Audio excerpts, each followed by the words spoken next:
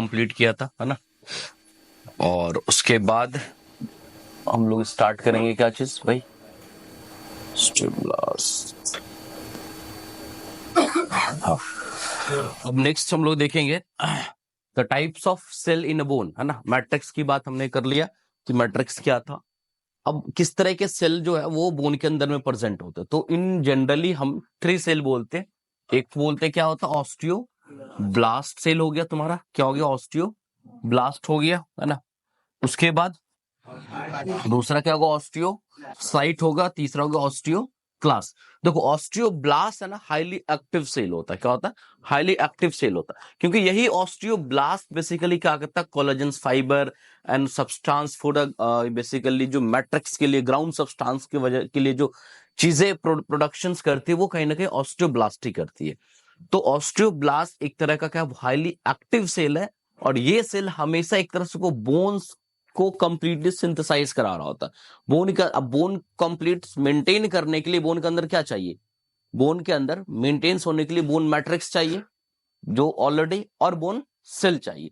तो main cell जो basically होता है वो बोन का होता है ऑस्टियोसाइट के नाम से हम लोग जाते हैं। लेकिन ये ऑस्टियोसाइट क्या होता है कि ये जो ऑस्टियोब्लास्ट है ना, यही ऑस्टियोब्लास्ट, जैसे अभी ये ऑस्टियोब्लास्ट है तो हाईली एक्टिव है, तो ये अपना काम करेगा, जो भी काम है, कोलेजन फाइबर बना रहा है, कुछ ग्राउंड सब्सटेंस मैट्रिक्स बना रहा है, और यही जब ये सारा कंप्लीट अपने इस फंक्शन को कर देता है, तो this osteoblast is converted into osteocyte. किसमें कन्वर्ट हो जाता है, ऑस्टियोसाइट में कन्वर्ट हो जाता है। यानी ऑस्टियोब्लास्ट जो है ना, आगे चल के जब वो एक परफॉर्म कर लेता, तो ऑस्टियोब्लास्ट ही किसमें कन्वर्ट होता है, ऑस्टियोसाइट में। ऑस्टियोसेल आता है कहां से, आपसे अगर कोई पूछे, तो osteocytes are developed from osteoblast. Osteocytes are developed from osteoblast. अब ऑस्टियोब्लास्ट कहां से आता, तो मैं कनेक्टिव टिश्यू के बारे में आपको बताया था। तो कनेक्टिव टिश्यू में बताया था, कोई भी कनेक्टिव टिश्यू का एक क्या होता है, इसका जो है कनेक्टिव टिश्यू के अंदर में एक सेल होता है जो कमांड सेल होता है। बेसिकली उसके पास सारा पोटेंशियल्स होता है, तो क्या कहते हैं, पुलरी पोटेंशियल टाइप के होते। तो वहीं से वो क्या होता है कि वो डेवलप हुआ ऑस्टियोब्लास्ट, उससे डेवलप क्या हो गया, ऑस्टियोसाइट। अब ऑस्टियोक्लास्ट के बारे में होते, क्लास्ट वर्ड वैसे भी डिस्ट्रक्शन, ऑस्टियो मतलब तो बोन हो गया, क्लास्ट मतलब वो रिजॉर्प्शन वाला सेल एक तरह का है। ये सेल वही काम करेगा जो सेल के अंदर सेल की चीजों को तोड़ करके उसको मेंटेन, यानी कि डिस्ट्रक्ट करके उसको ओल्ड चीजों को हटा करके उसको ऑस्टियोक्लास्टिक एक्टिविटीज कराएगा। अब ये ऑस्टियोक्लास्ट सेल कहां से ड्राइव होता था, osteoclast cell is actually this is a macrophage. क्या है ये, मैक्रोफेज है ये। मैक्रोफेज ऑलरेडी पता है क्या है, मैंने जब ब्लड पढ़ा रहे थे याद होगा, तो ब्लड जब पढ़ा रहे थे उसमें हम लोग पढ़े थे कि जो ब्लड्स के जो डब्ल्यूबीसी है, डब्ल्यूबीसी के 2 टाइप है ना, ग्रैनुलोसाइट, ए ग्रैनुलोसाइट, फिर ग्रैनुलोसाइट ए ग्रैनुलोसाइट में अलग अलग पढ़े थे। तो उसमें हम पढ़े थे न्यूट्रोफिल, स्नोफिल, मोनोसाइट्स, इन साल चीजों को पढ़े। तो मोनोसाइट ही डिफरेंशिएट होकर क्या बनता था, मैक्रोफेज बनता था। तो actually osteoclast is a macrophage cell of the bone. ये कैसा बोन का मैक्रोफेज है, तो इसका मतलब ये डेवलप कहां से होगा, तो मोनोसाइट से डेवलप हुआ, यानी मोनोसाइट ही कन्वर्ट हो चुका है किसके अंदर में, यहां पर ऑस्टियोक्लास्ट के अंदर। तो तीनों सेल का एक अपने आप में क्या जो ऑरिजिन है वो कंप्लीटली हम लोग देख रहे हैं। अब एक एक करके अगर हम लोग देखें, तो सबसे पहला आता है osteoblast cell. Osteoblast cell basically का जो कंसर्न है इसके अंदर में, वो बेसिकली किसके लेकर के, तो बोन फॉर्मेशन के रिगार्डिंग है। किसके लेकर के, तो ऑस्टियोब्लास्ट सेल का अगर सीधा से कोई पूछे क्या काम है, तो बोन को बनाता है। एक लाइन में याद रख सकते, क्या करता है, वो बोन को बनाने का काम करता है ना। इसलिए इसको बोलते हैं ऑस्टियोब्लास्टिक एक्टिविटी, इसको हम लोग बोलते हैं, क्या बोलते हैं, ऑस्टियोब्लास्टिक एक्टिविटीज बोलते हैं। अब ये बेसिकली क्या था कि जो ऑस्टियोब्लास्ट सेल है, इसका जो सिचुएशन है वो कहां कहां होता है, तो osteoblast cell are generally situated the outer surface of bone. Bone के कहां होता है, आउटर सरफेस में बेसिकली देखने को मिलता रहता है। उसके साथ साथ मैरो कैविटी एंड एपिफाइसल प्लेट। अब याद होगा जो मैंने बताया था कि अगर कोई लॉन्ग बोन है ना, इस तरह से कोई अगर लॉन्ग बोन है, तो इस लॉन्ग बोन के अंदर में स्पेशली हम लोग देखते हैं, ये हो गया। तो एक तो आउटर सरफेस क्या होगा, तो ये मैं येलो कलर जो है मैं इसको बनाता हूं, ये क्या कहते हैं कि ऑस्टियोब्लास्ट। तो एक तो आउटर सरफेस, इस सब पे क्या होगा, ऑस्टियोब्लास्ट, ऑस्टियोब्लास्ट, ऑस्टियोब्लास्ट, ठीक है। दूसरा मैरो कैविटी, तो कैविटी तो क्या बोलते हैं, अंदर में है ना, बोन मैरो कैविटी जो है अंदर में, ये मान लो यहां से आता कैविटी है।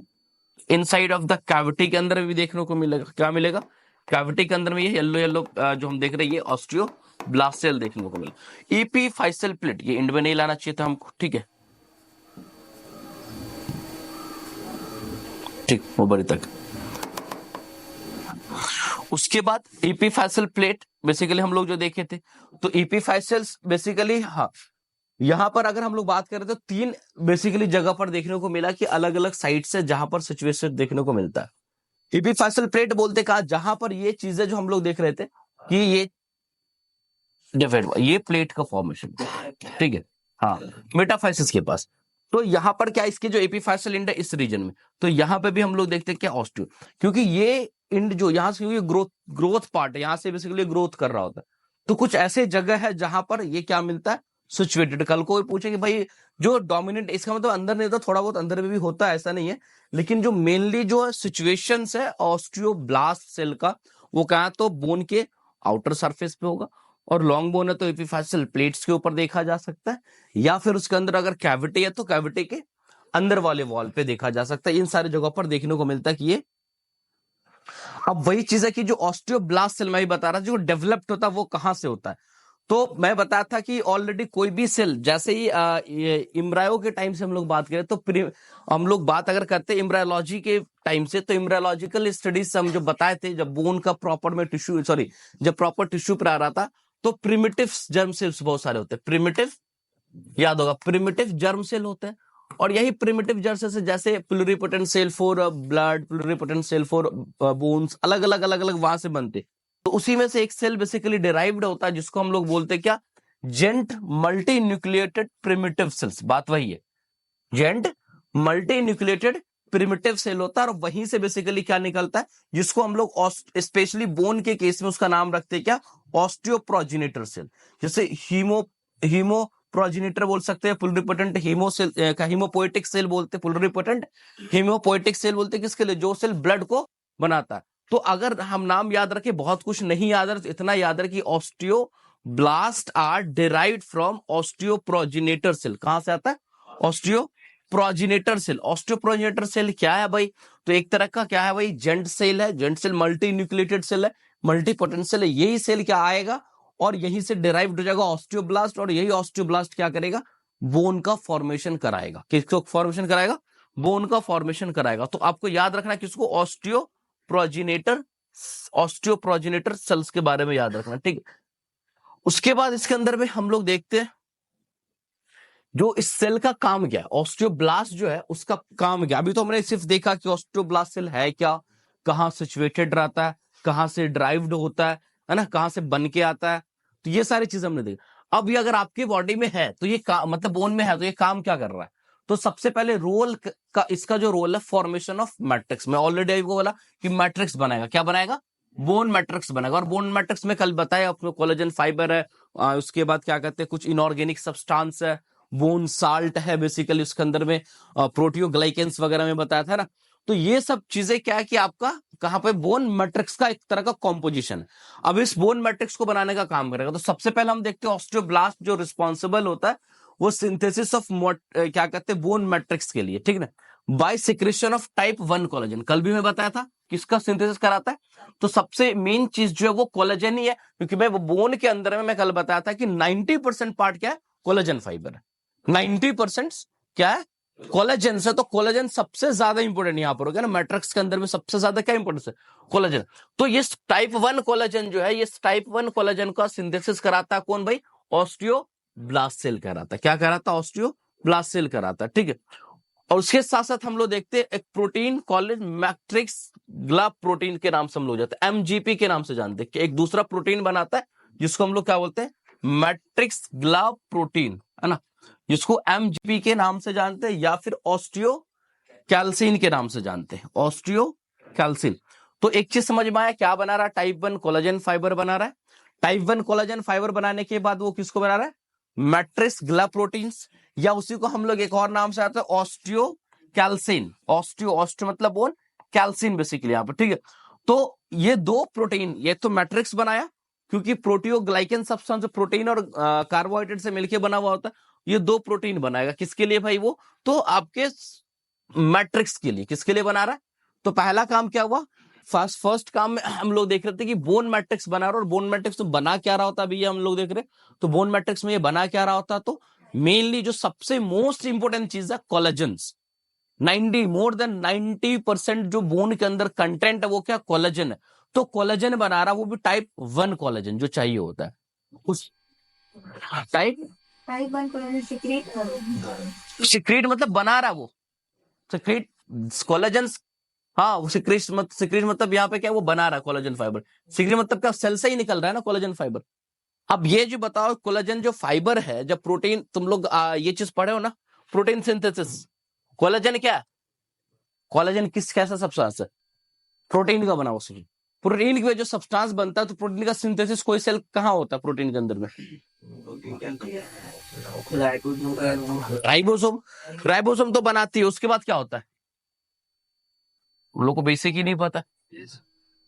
राइबोसोम, अगर मान लो ये न्यूक्लियस है ना, छोटा कर लेते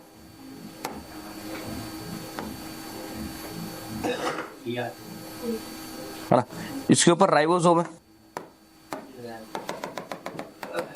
राइबोसोम बनाने का काम करती है, ठीक है। लेकिन प्रोटीन जब बनता है, तो प्रोटीन किसका ग्रुप है, group of amino acids, chain of amino acid. तो वो क्या बनेगा, एक चेन के फॉर्म में बनेगा।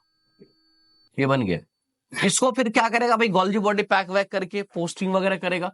तो ये अमीनो एसिड मान लो पैकिंग, प्रॉपर फोल्डिंग होगा, फोल्डिंग हो करके एक चैन बन गया।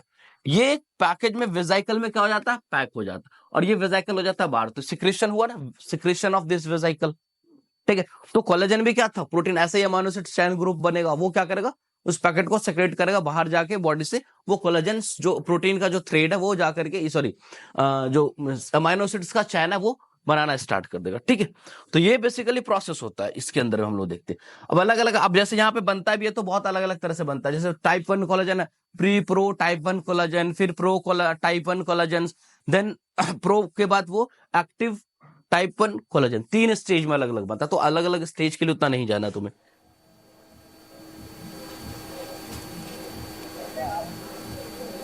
ठीक है।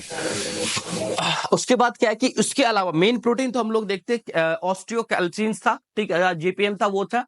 उसके बाद हम कुछ और प्रोटीन है, अदर प्रोटीन है, जो कहीं ना कहीं आपके ऑस्टियोब्लास्ट से बनता हुआ दिखता है, ठीक है। तो अदर प्रोटीन है ना, other protein which are also involve in the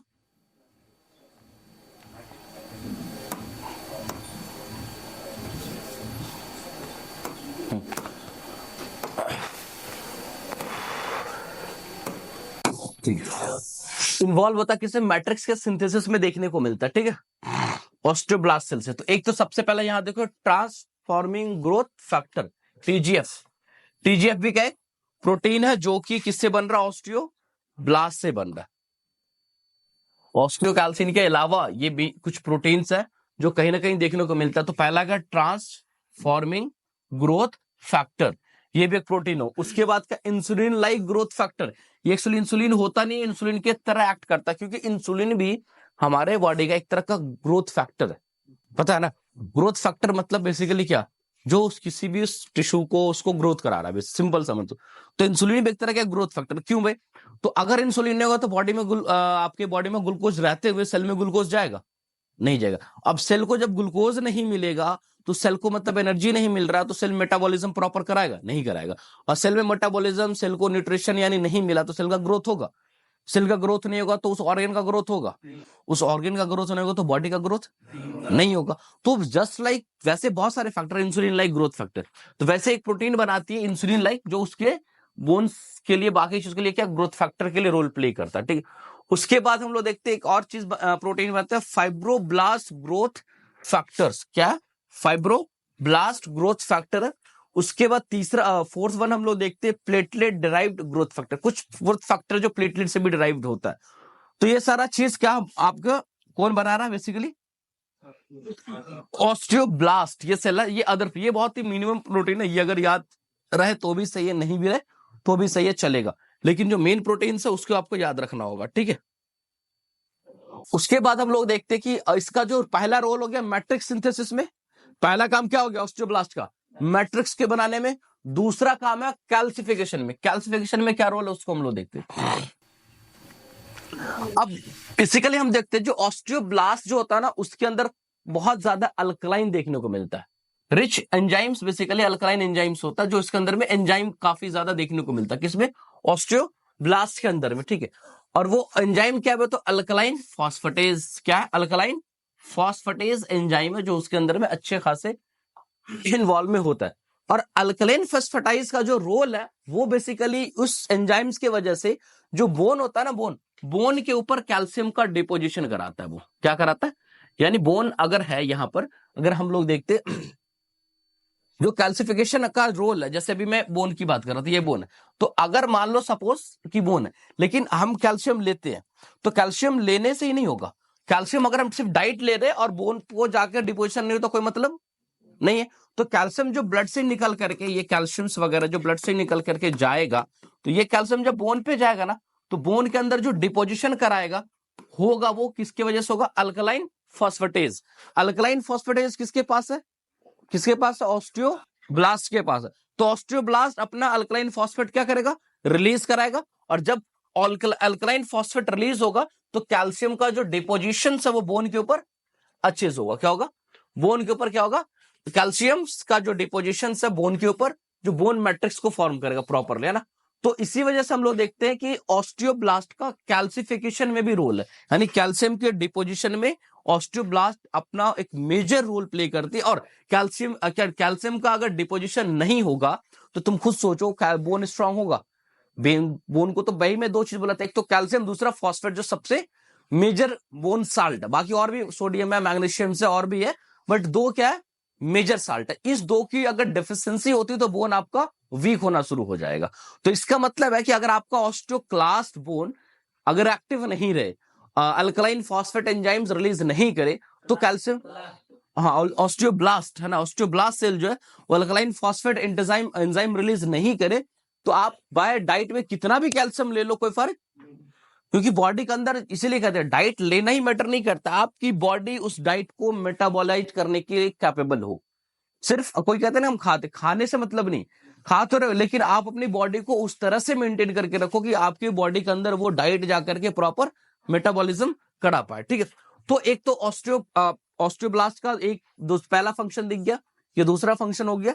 तीसरा function synthesis of proteins, basically कुछ टाइप ऑफ स्पेशल प्रोटीन है जो हम लोग देखेंगे यहाँ पर क्या सीट कराता है, ठीक है।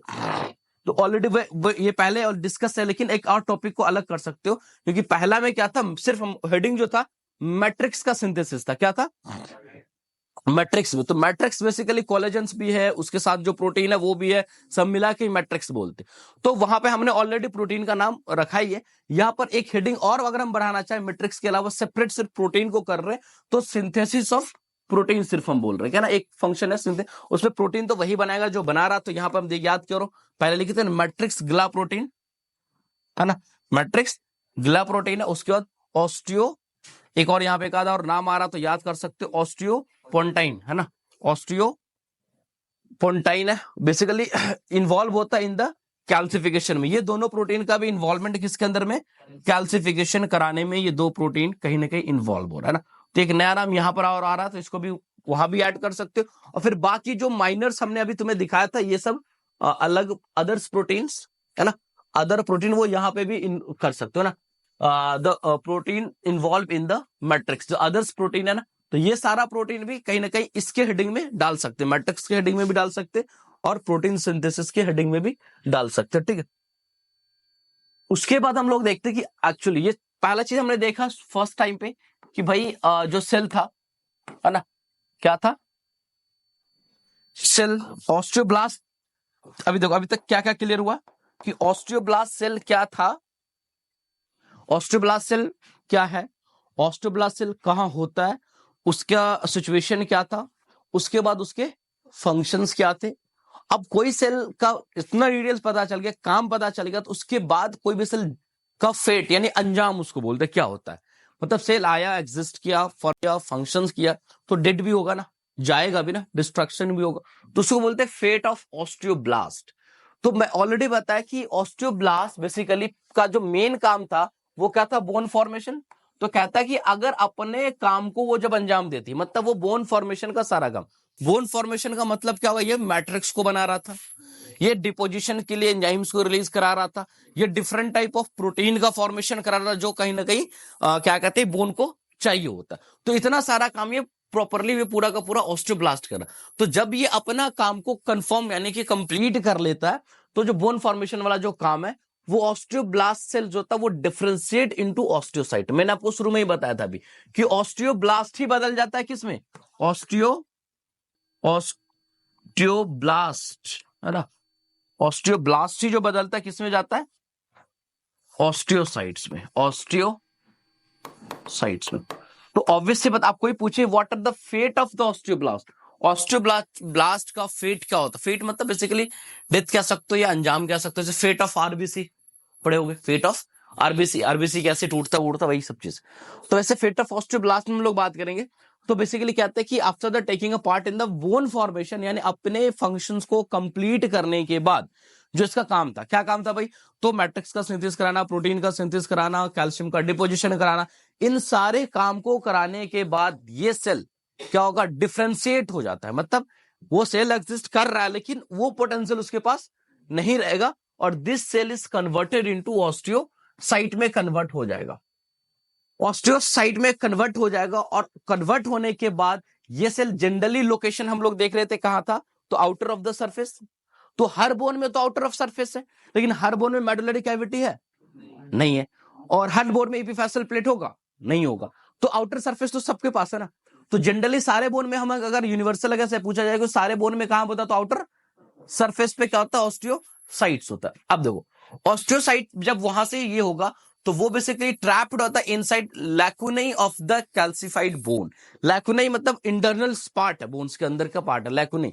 तो सरफेस से वो ऑस्टियोब्लास्ट जो सरफेस पे था वो ऑस्टियोब्लास्ट सरफेस से ट्रैप्ड हो जाएगा और कहां चला जाएगा, इनसाइड ऑफ द बोन। कहां चला जाएगा, इनसाइड ऑफ बोन। यानी कि जैसे ऑस्टियोसाइट में कन्वर्ट होगा उसका क्या हो जाएगा, पोजीशंस चेंज हो जाएगा। क्या होगा, ऑस्टियोसाइट्स में जैसे वो चेंज होगा तो उसका जो लोकेशन है वो क्या हो जाएगा, चेंज हो जाएगा। ठीक, अब ऑस्टियोसाइट में चेंज हो जाएगा तो अब हम ऑस्टियोसाइट का काम देखते हैं भाई, चेंज होकर के फिर वो ऑस्टियोसाइट क्या काम करती है। तो पहला तो हम लोग जानते हैं ऑस्टियोसाइट्स। अब ये ऑस्टियोसाइट का जो काम है, it is a responsible for the maintenance of your bone. किसके लिए, मेंटेनेंस। मैं ऑलरेडी कल बता रखा था आप लोग की जो बोन है हमारे बॉडी में हमेशा इसके अंदर रिनोवेशन चल रहा होता है। हमेशा क्या चल रहा होता है, रिनोवेशन। मतलब जो ओल्ड सेल है वो जा रहा है, न्यू सेल का फॉर्मेशन हो रहा है। इस तरह से रिनोवेशन का जो प्रोसेस है वो हमेशा, इसके वजह से बोन के अंदर में एक स्ट्रेंथ बनी रहती है। यही चीजें रिनोवेशन में दो चीजें होता है, या तो हमने कल बताया था क्या कहते हैं, डिपोजिशन हो रहा है या रिजॉर्प्शन हो रहा है। जो डिपोजिशन हो रहा है मतलब जो कैल्शियम फॉस्फेट इन सारी चीजों को क्या हो रहा है, डिपोजिशन हो रहा, तो बोन एक तरह का फॉर्मेशन कह सकते हैं, फॉर्मेशन हो रहा और रिजॉर्प्शन हो रहा है। ये दोनों रेट एक यंग एज में बराबर चल रहा होता है या बेस सिंथेसिस चल रहा होता है। ओल्ड एज में रिजॉर्प्शन का प्रोसेस क्या हो जाता है, फास्ट हो जाता है, जिसकी वजह से कहीं ना कहीं बोन कमजोर हो जाती है। तो आफ्टर ये ऑस्टियोब्लास्ट अपना काम कर गया, अब उस काम करने के बाद जो ऑस्टियोसाइट है उसको क्या करेगा, मेंटेन करके रखेगा। क्या करेगा, मेंटेन करके रखेगा। बेसिकली हम लोग देखते हैं कि ऑस्टियोसाइट जो है एक तरह का स्मॉल फ्लैटेंड सेल है, और बेसिकली इसके अंदर में हम लोग देखते हैं कि ये कहाँ एम्बेडेड, कहाँ सिचुएटेड था, embedded in the lacunae. Lacunae part internal part, इतना भी याद रखो। सिर्फ मैं और डिटेल आगे बात कर रहा हूँ। कोई अगर वर्ड पूछे कि व्हाट इज द लैकुनाई, लैकुनाई क्या है, बोन के अंदर इसका पार्ट है। कहाँ का, बोन के आउटर में तो था क्या, ऑस्टियोब्लास्ट। जब ये ऑस्टियोसाइट में कन्वर्ट हो तो कहाँ गया, लैकुनाई। मतलब कि अंदर में ये देखने को मिला। कैसा शेप कैसा होता है, स्मॉल होता है, फ्लैटेंड होता है एंड राउंडेड होता है। कैसा होता है, यानी कि छोटा सा होगा, चिपटा होगा, बट वो राउंड राउंड करके स्ट्रक्चर्स देखने को मिलेगा। किसका भाई, ऑस्टियोसाइट्स का। ठीक है, अब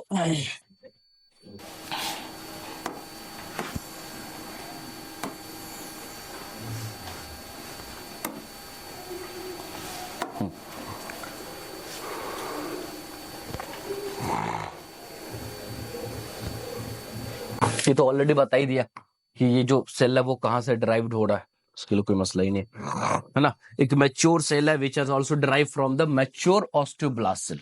हाँ, एक वर्ड अगर याद कर सकते हो, दो टर्म थोड़ा सा ऑब्जेक्टिव टाइप क्वेश्चन में कि ऑस्टियोब्लास्ट आर डेवलप्ड, अगर ऑप्शन में हो ऑस्टियोब्लास्ट और मैच्योर ऑस्टियोब्लास्ट, तो right answer is mature osteoblast, है ना। क्योंकि ऑस्टियोब्लास्ट के भी कई स्टेज है, मैंने दिखाई आपको। एक फंक्शनल स्टेज था जिसमें वो परफॉर्मली बोन का सिंथेसिस ही करा रहा था, तो उस टाइम पे वो कन्वर्ट नहीं होता। जब वो अपने फंक्शन को कंफर्म, यानी कि उसका जो परफॉर्मेंस है वो बेस्ट अपना दे दे रहा है, देन वही सेल क्या होता है, कन्वर्ट होता है। तो डायरेक्ट वर्ड याद रख सकते कहां से डेवलप होता है, तो मैच्योर ऑस्टियोब्लास्ट अगर आपके ऑप्शन में रहेगा और ऑस्टियोब्लास्ट ये दोनों रहेगा, तो इस दोनों में राइट आंसर जो होगा वो क्या होगा, मैच्योर ऑस्टियोब्लास्ट होगा, ठीक है।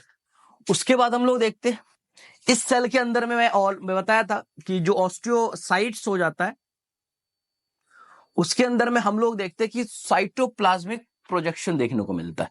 साइटोप्लाज्मिक प्रोजेक्शन क्या है, जैसे ये मान लो ये एक ऑस्टियोसाइट है, सॉरी ऑस्टियोसाइट है। इस ऑस्टियोसाइट का हम एक तरफ निकाल रहे हैं, सब तरफ नहीं।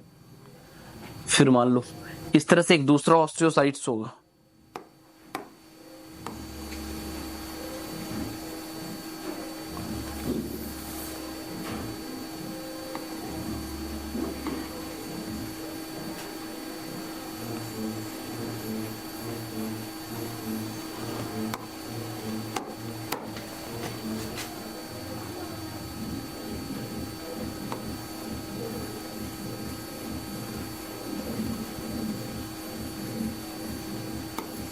ठीक है।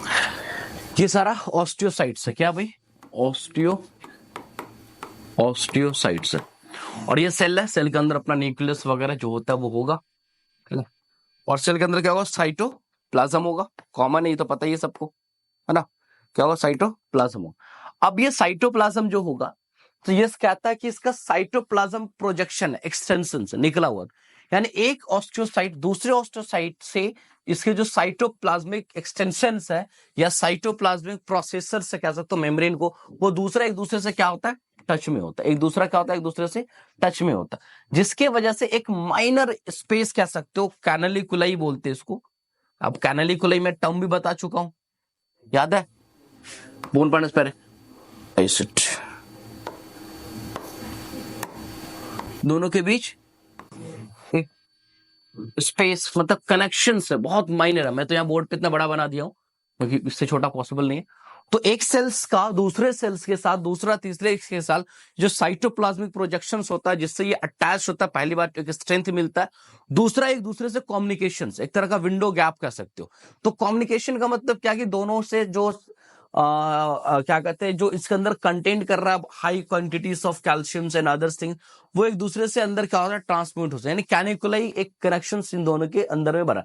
तो ऑस्टियोसाइट सेल कैसा, एक ऑस्टियोसाइट सेल के अंदर क्या साइटोप्लाज्मिक प्रोजेक्शंस है, वो एक साइटोप्लाज्मिक प्रोजेक्शन एडजेसेंट बगल वाले जो सेल्स होंगे उसके साथ वो क्या होता है, अटैच होता है, और दोनों अटैच होकर के आपस में क्या बनाता है, कैनिकुलाइज। कैनिकुलाई मतलब बहुत छोटा सा कैनाल, बहुत ही हेयर लाइक कैनाल, हेयर मतलब पतला से पतला कैनाल को कैनिकुलाई बोलते, कैनालिकुलाई बोलते, ठीक है।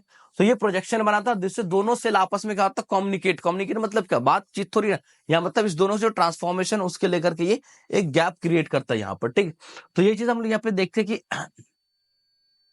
तो ये साइटोप्लाज्म क्या कर रहा है, साइटोप्लाज्म, हाँ, साइटोप्लाज्मिक प्रोसेसेस होता है जो ऑस्टियोसाइट्स रन करता है into the canaliculi and ramify throughout the सबोन मैट्रिक्स। रैमिफाई मतलब, रैमिफाई किसको बोलते हैं, रैमस मतलब क्या होता है, ब्रांच, हैंड। रैमस एक वर्ड होता है जिसका मतलब क्या होता है, ब्रांच, या फिर रैमस का एक राइट टर्म बेसिकली हैंड को ही बोलते हैं, है ना। तो रैमिफाई मतलब क्या, उसी के अंदर में क्या जो प्रोजेक्टेड है, ब्रांच के टाइप में निकल रहा है, हैंड के टाइप में निकला, वो प्रोजेक्टेड कंटिन्यू कर जाता है, ठीक है।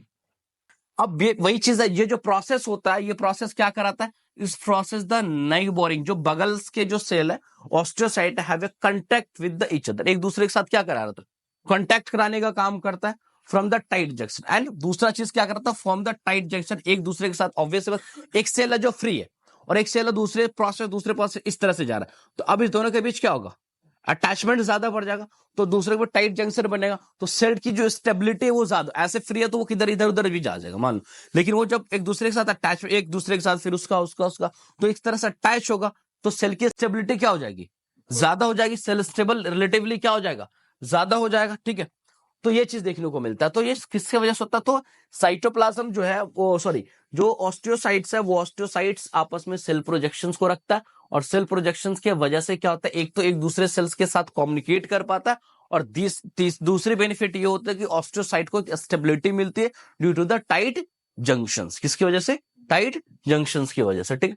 अब इसका काम क्या भाई, ऑस्टियोसाइट का काम क्या देखते हैं। ऑस्टियोसाइट बेसिकली हमको एक तो पहले ही पता है कि पहला ही काम में होता है, इसका काम क्या, बनाना नहीं है बोन का काम, बोन बने हुए बोन को मेंटेन रखने का काम करता है। क्या करता है, मेंटेनेंस द बोन्स, बोन को क्या करता है, मेंटेन्स करता है as a living tissue because of their metabolic activities. इसकी अपनी क्या है, मेटाबॉलिक एक्टिविटीज है, उस एक्टिविटीज के साथ ये परफॉर्म करता है, और बोन्स के जो क्या कहते, जो लिविंग टिश्यूज है उसको कम से कम वो करने को क्या करेगा, मेंटेन करने का प्रॉपर रोल करेगा।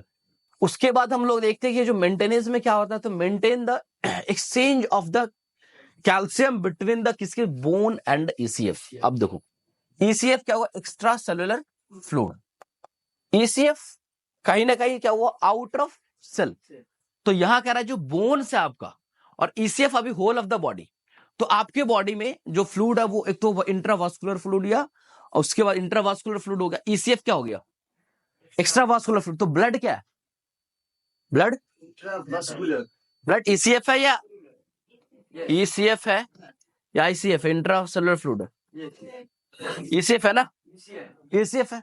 तो ब्लड से बोन का जो एक्सचेंज है वो ये रोल प्ले करेगा। मैं कल ही बताया था, याद होगा आपको, कि जब PTH hormone, parathyroid hormone, parathyroid hormone कब, पैराथायरॉइड हार्मोन का काम तो ये है कि बोन से ब्लड के अंदर एक्सचेंज बिटवीन, तो मतलब कभी बोन में अगर, बोन में ज्यादा बोन में अगर है, ब्लड में कम गया तो बोन से कहां आएगा, ब्लड में आएगा। और जब डाइट ले रहे सब कुछ ले तो कहां बढ़ेगा, ब्लड में, पहले ब्लड में ना। जब खाते पीते तो कहां जाता है, खाने पीने के बाद डाइजेस्ट हुआ, लिवर मेटाबोलाइट किया, ब्लड में डाला, ब्लड से होल ऑफ द बॉडी जाएगा। तो ब्लड से फिर अगर एक्सेसिव हो रहा है डाइट्स के थ्रू या किसी सप्लीमेंट्स के थ्रू, तो ब्लड से फिर वो कहां जाएगा, बोन। तो ये एक्सचेंज एक तरह का चल रहा होता। क्या चल रहा होता, ईसीएफ का मतलब यहां सीधा सा माइंडसेट में रखो कि इसको ब्लड को, like whole of the ECF से जा सकता है, लेकिन अभी तुम इसको क्या माइंडसेट रखो, ईसीएफ क्या एक तरह का ब्लड के बारे में बात की, ब्लड भी ईसीएफ है क्या, ब्लड क्या, मेजर तो ब्लड से ही होता है एक्सचेंज ना, तो इसलिए हम लोग देखते। तो मेंटेनेंस में क्या काम कर रहा, तो कैल्शियम को मेंटेन करता, बोन को जितना चाहिए या ब्लड के अंदर में कितना होना चाहिए, तो ये मेंटेन रखने का काम करता है, ठीक है। उसके बाद आते हैं हम लोग ऑस्टियोक्लास्ट।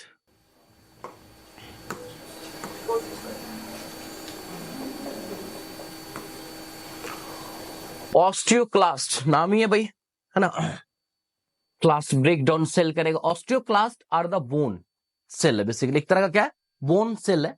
सेल छूट गया यहाँ पे, ठीक है, क्या है, एक तरह का बोन सेल है क्या, ठीक है। बेसिकली इसके अंदर हम लोग देखें, इसका जो फंक्शन या प्रोसेस कह सकते हैं, इसका जो कंसर्न कह सकते हैं, वो किस लिए बोन के अंदर में होता है, it is a present for the resorption. किसके लिए, रिजॉर्प्शन। और रिजॉर्प्शन में आप लोग को बता ही दिया कि बोन को क्या करना, बोन सेल को टूटना, डिस्ट्रक्शन बेसिकली हम लोग। और ये नॉर्मली होना भी, नॉर्मल होगा तब तो मेंटेन रहेगा ना। मैं क्या बताया कि नॉर्मली भी रिजॉर्प्शन जो है वो नॉर्मल, एक्सेसिव रिजॉर्प्शन होगा तो वो गड़बड़ है। तो नॉर्मल भी रिजॉर्प्शन होने रहा तब तो रिनोवेशन में क्या होता है, टूटता भी है और फिर नई चीजें लगता भी है ना। तो वही चीज, तो इसका जो कंसर्न हो गया, देखो तीन बोन का तीन कंसर्न एक से याद। ऑस्टियोब्लास्ट का कंसर्न क्या था, मेनली मैट्रिक्स को सिंथेसाइज कराना, बोन सिंथेसिस करना। ऑस्टियोसाइट का काम क्या, उसको मेंटेन रखना। और ऑस्टियोक्लास्ट का क्या होगा, उसको रिजॉर्प्शन कराना। क्या, इसको क्या कराना, रिजॉर्प्शन कराना। ऑस्टियोक्लास्टिक एक्टिविटी जिसको हम लोग बोल सकते हैं, ऑस्टियोक्लास्टिक एक्टिविटीज कह सकते हैं। अब बेसिकली हम लोग कह सकते हैं जो ऑस्टियोक्लास्ट है, osteoclast are the giant phagocytic multinucleated cells founded in the lacunae. ये भी कहां प्रेजेंट होता, तो लैकुने। दो सेल जो आपको कहां मिला, लैकुने, मतलब ये सेल के बोन के अंदर होगा, कहां होगा, बोन के अंदर होगा। और ऑस्टियोब्लास्ट बोल के जनरली ऑस्टियोब्लास्ट बाहर होगा। तो ये कहने का मतलब ही एक तरह का जो ऑस्टियोक्लास्ट है वो फेगोसाइटिक सेल तो होगा ही ना। मैक्रोफेज क्या था, फेगोसाइटिक ही है ना। मैक्रोफेज जो था वो कैसा सेल था, तो ये तो एक तरह का मैक्रोफेज है ना, जो यहां पर हम लोग ऑस्टियोक्लास्ट के नाम से जाने। तो ऑस्टियोक्लास्ट कैसा है भाई, ऑस्टियोक्लास्ट आर द जेंट मतलब एक बड़ा सा सेल है बेसिकली, है ना। फेगोसाइटिक मल्टी न्यूक्लिएटेड है, मल्टी न्यूक्लिएटेड सेल है ये, जो कि लैकुनाई के अंदर में प्रेजेंट रहता है, और बोन मैट्रिक्स के लैकुनाई में प्रेजेंट होता है, ठीक है। अब ये जो बोन सेल है बेसिकली ड्राइव्ड कहां से आ रहा है, कहां से बन रहा है, तो मैं ऑलरेडी बताया था, ये जो बनेगा कहां से बना, तो ब्लड के लीनिएज का, हमने ब्लड के लीनिएज का, तो वही ना कहीं कहीं से बनेगा, तो ये बनेगा हीमोपोएटिक स्टेम सेल। अब पहला तो हीमोपोएटिक स्टेम सेल होगा, हीमोपोएटिक स्टेम सेल से सब कुछ बनता है, आरबीसी, डब्ल्यूबीसी, प्लेटेट सब वहीं से बनता है। अब आरबीसी का अपना एक अलग लीनिएज बन जाता है, कॉलोनी बन जाता है, डब्ल्यूबीसी का अलग बन जाता है, फिर प्लेटलेट वहीं से कहीं ड्राइव।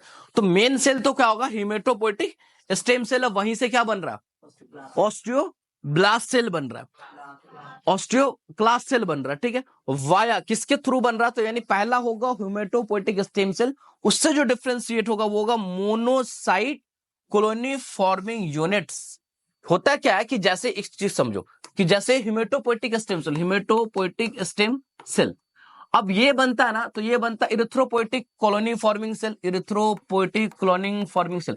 तो ये एक कॉलोन बनेगा, एक स्टेज दूसरा स्टेज कॉलोनी बन गया, तो इस कॉलोनी से जो भी डिराइव होकर के बनेगा वो इरिथ्रोसाइट बनेगा, फिर डब्ल्यूबीसी। वैसे ही एक कॉलोनी तैयार होता है मोनोसाइट, किसके यहां से, via monocyte colony forming unit, है ना, मोनोसाइट कॉलोनी फॉर्मिंग यूनिट। तो मिट गया यहाँ पर मोनोसाइट कॉलोनी फॉर्मिंग यूनिट, तो एम यहाँ पर इसको हटा दो, एम रहने देना ऐसे, हाँ, monocyte colony forming unit M for फिर मोनोसाइट से आता है, ठीक है। तो ये जब बनेगा तो हमें पता है कि मोनोसाइट ही किस में डेवलप करता है, मोनोसाइट ही तो डेवलप किस में करता है, मैक्रोफेज में करता है। तो वही, तो ये सेल तो भले बोन के अंदर पड़ रहे हैं, लेकिन ये बन कहां रहा है, बनेगा कहां बनेगा, हाँ तो कहां, बोन मैरो में बनेगा। स्टेम सेल कहां है, स्टेम सेल है कहां, बोन में। जितना ब्लड सेल कहां बनता है, तो ऑस्टियोब्लास्ट कहां बने, ऑस्टियोक्लास्ट कहां बनेगा। तो कभी क्वेश्चन में आ जाए कि ऑस्टियोक्लास्ट, नाम है ऑस्टियो तो लगेगा बोन, तो synthesise which one of the following of the, लिख देगा medullary cavity, inside the bone, bone marrow and all, कुछ भी देगा। तो right answer is bone marrow, ठीक है। कहां पे बनेगा, बोन मैरो के अंदर में ये बनेगा, ठीक है, ठीक है। उसका फंक्शन ऑफ ऑस्टियोब्लास्ट, ठीक है, फंक्शन क्या भाई, ऑस्टियोक्लास्ट, ठीक है, ब्लास्ट क्लास चलेगा, ऑस्टियोक्लास्ट है ना। हाँ, वो पहला तो फंक्शन, मेन फंक्शन पता है क्या है, रिजॉर्प्शन, क्या कराएगा, रिस्पॉन्सिबल जब वो किसके लिए है, रिजॉर्प्शन के लिए, हाँ, किसके लिए रिस्पॉन्सिबल है, रिजॉर्प्शन के लिए ड्यूरिंग बोन रिमॉडलिंग। जब बोन का रिमॉडलिंग प्रोसेस चल रहा होता है, रिनोवेशन चल रहा होता है, उस टाइम पे ये किसके लिए रिस्पॉन्सिबल है, तो बोन का रिजॉर्प्शन कराने के लिए, ठीक है। क्योंकि अगर कॉमन सी बात है कि सिर्फ कंटिन्यूअस सिंथेसिस कराते जाए तो धीरे धीरे बोन का क्या होगा, थिकनेस बढ़ता बढ़ता फिर आपके आउट ऑफ कंट्रोल हो जाएगा। तो बॉडी ने उसको मेंटेन रखने के लिए क्या करता है कि धीरे धीरे जो ओल्ड सेल्स होते जा रहे हैं उसको रिजॉर्प्ट करा करके बॉडी से बाहर डिस्ट्रॉय करके निकालता हुआ चला जाता है, ठीक है। तो रिजॉर्प्शन करता है। दूसरा responsible for the resorption of the during, तो वही चीज एक ही चीज है, एक ही फंक्शन ही इसका, तो एक ही लिखा हुआ, ठीक है। तो फंक्शन एक ही चीज याद रखना कि भाई ये रिजॉर्प्शन कराता है किस टाइम पे, तो जब बोन का रिनोवेशन या रिमॉडलिंग चल रहा होता है, ठीक है। क्लियर है, यहां तक कोई डाउट, कोई समस्या, हाँ बोलो। 16 2 3 4 6 7 8 9 16, अच्छा 15 आ गया, 16।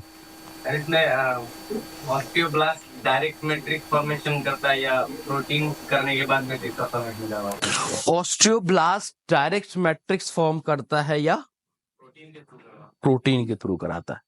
ऑस्टियोब्लास्ट मैट्रिक्स है क्या, पहली बात, व्हाट इज मैट्रिक्स,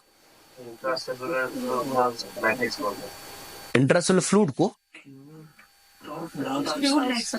फ्लूइड थोड़ी, matrix is not a fluid, intracellular तो सेल के अंदर की बात होगी, नहीं। मैट्रिक्स क्या एक कॉम्पोजिशन है, मैं बताया था, उसके अंदर में ग्लाइकोजेंस है, सॉरी कोलेजेंस है, उसके अंदर में प्रोटीन्स के कुछ सब्सटेंस है, मेनली दो सब, उनको मिक्स कराता है किसके साथ, ईसीएफ के साथ मिलकर के वो बनाता है, कि 3 अलग अलग कंपोनेंट है मान लो। तो ऑस्टियोब्लास्ट वो कंपोनेंट बनाती है, और कंपोनेंट बना करके रिलीज कर दी। कहां? एक्स्ट्रा सेलुलर कंपार्टमेंट के बाद, सेल्स के बाद, यानी फाइब्रोब्लास्ट अपने बाद वो सारे कंपोनेंट मिलके अपने आप क्या बनेंगे? मैट्रिक्स बनाएंगे। तो हम ये कह सकते हैं ना, प्रोटीन किसने बनाया? ऑस्टियोब्लास्ट। कोलाजन फाइबर किसने बनाया? तो मैट्रिक्स किसने बनाया? तो हम ये लेकिन ऐसा नहीं कि सबको अंदर में बना करके फिर निकालते पूरा को, नहीं, वो सारे सब्सट्राट को निकाल, सब्सटेंस को निकाल, वो आपस में मिलकर मैट्रिक्स बना रहा। तो एक्चुअली सब कुछ तो बना कौन रहा है? रॉ मटेरियल कौन दे रहा है? ऑस्टियोब्लास्ट। इसलिए मैट्रिक्स का सिंथेसिस भी ऑस्टियोब्लास्ट को ही क्रेडिट चला जाता है। ऐसा नहीं सारा बना करके निकालते नहीं, वो अलग अलग यूनिट निकाल रहा है, समझो सामान निकाल रहा है इंडिविजुअल्स। हाँ, मैट्रिक्स उन सारे के मिक्सअप होने से फाइनली बनता है। ठीक है, क्लियर? और कोई डाउट? उसने लिखा है प्रोटीन भी इन्वॉल्व होता है मैट्रिक्स सिंथेसिस के लिए। हाँ, तो प्रोटीन है ना, ये सब बेसिकली क्या है? This whole are protein. उससे कंफ्यूज हो गया, प्रोटीन करता है उसका सिंथेसिस करता है एक ऑस्टियोब्लास्ट का। प्रोटीन का सिंथेसिस, प्रोटीन तो खुद सिंथेसाइज होता है ना। कभी सुने कि कोई प्रोटीन को बना रहा है? प्रोटीन तो खुद क्या होता है? सिंथेसाइज होता है। प्रोटीन को खुद बना रहा था कोई ना कोई सेल बना रहा होता है। ठीक है।